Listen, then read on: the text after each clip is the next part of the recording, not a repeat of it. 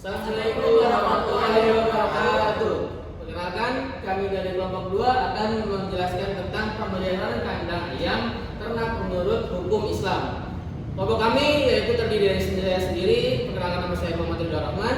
Perkenalkan, nama saya Nani Safira. Perkenalkan, nama saya Pancasila Surya Aulia. Perkenalkan, nama saya Syafrian Nurdin Muhammad.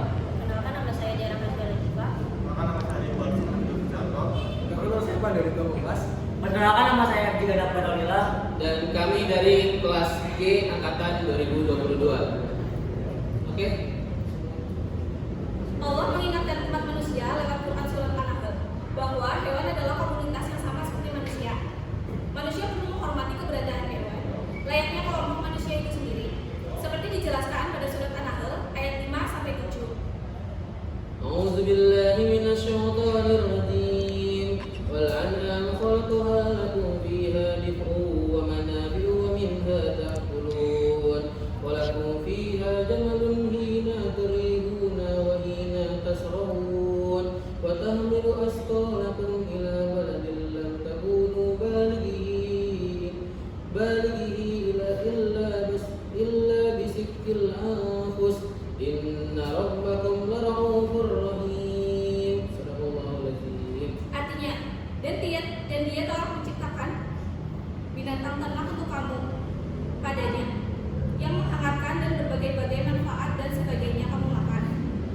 Dan kamu memperoleh pandangan yang indah padanya ketika kamu membawanya kembali ke kandang dan ketika kamu melepaskannya ke tempat pengembalaan. Dan dia memikul beban-bebanmu ke suatu negeri yang kamu tidak sanggup sampai kepadanya, melainkan dengan kesukaran yang memayahkan diri. Sesungguhnya Tuhanmu benar-benar Maha Pengasih lagi Maha Penyayang. Dan dia telah menciptakan kuda, begal, dan keldai agar kamu mengganggunya dan menjadikannya perhiasan. Dan Allah menciptakan apa yang kamu tidak mengetahuinya. Dalam ayat di atas dijelaskan bahwa kita harus menghormati hewan-hewan, khususnya hewan yang diternakan, karena mereka juga nantinya akan bermanfaat bagi kita. Dengan membangun kandangnya sendiri bagi hewan ternak itu akan membuat hewan yang kita ternak akan merasa tidak nyaman. Walaupun dapat meningkatkan produktivitas, namun dalam Islam pun perbuatan seperti itu dilarang karena dapat menyakiti hewan ternak. Bahkan bisa saja mengakibatkan kematian. Membangun kandang yang sempit akan membuat hewan ternak merasa tidak nyaman atau kekurangan oksigen. Salah satu firman Allah yang paling menonjol menceritakan seekor unta betina yang matinya dianiaya sehingga menyebabkan kehancuran seluruh suku Samud pada masa itu. Dijelaskan pada Quran surat Al-Hud ayat 64. A'udzubillahi minasyaitonir rajim.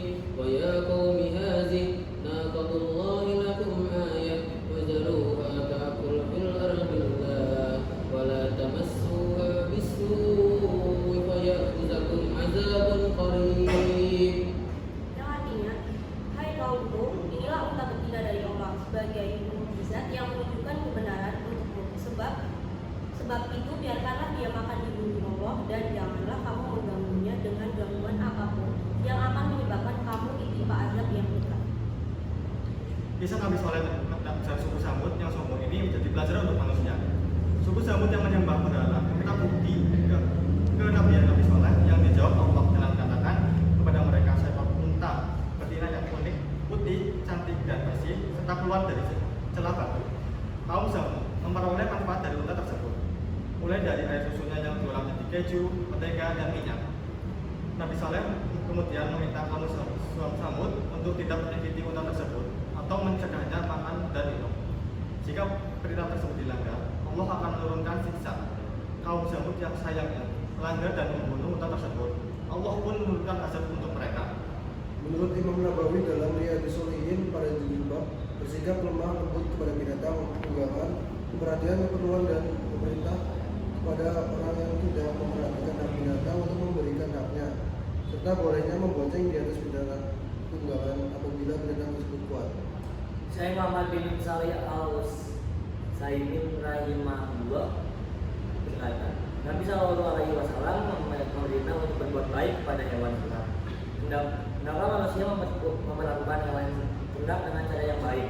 Jangan bebani hewan tersebut pada sesuatu yang ia tidak mampu. Jangan pula kurangi makan dan minumnya.